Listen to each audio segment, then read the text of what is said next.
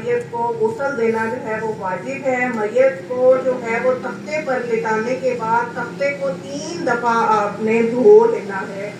उसके बाद सबसे पहले आपने जो ख्याल रखना है वो मैयत की सतर का ख्याल रखना है।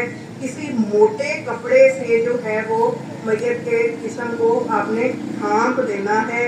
और मर्द का जो सतर है वो नाक से लेके घुटने तक है और ख़वातीन का सतर उसका पूरा जिस्म है।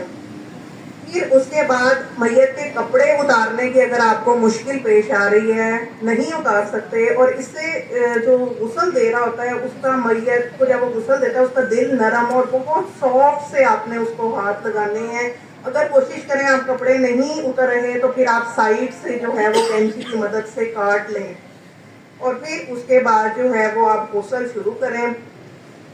और मैयत के गुस्ल का तरीका भी वही है जो जिंदा के गुस्ल का तरीका है। सबसे पहले मैयत के सर को आपने थोड़ा सा ऊपर उठाना है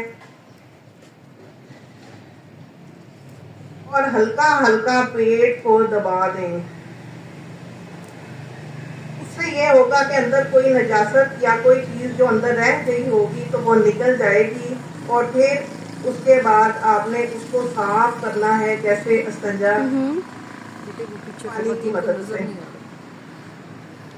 और आपने ये सारा काम इसी तरह मोटे कपड़े के नीचे से अपना हाथ डाल के और दस्ताने पहन के अपने हाथ को बहुत अच्छे तरीके से कवर करना है ताकि डायरेक्ट बॉडी के साथ जो है वो उसका आपका हाथ टच ना हो। उसके बाद गुस्ल का वही तरीका है जो वजू करने का है। पहले हाथ धोएं 3 मरतबा।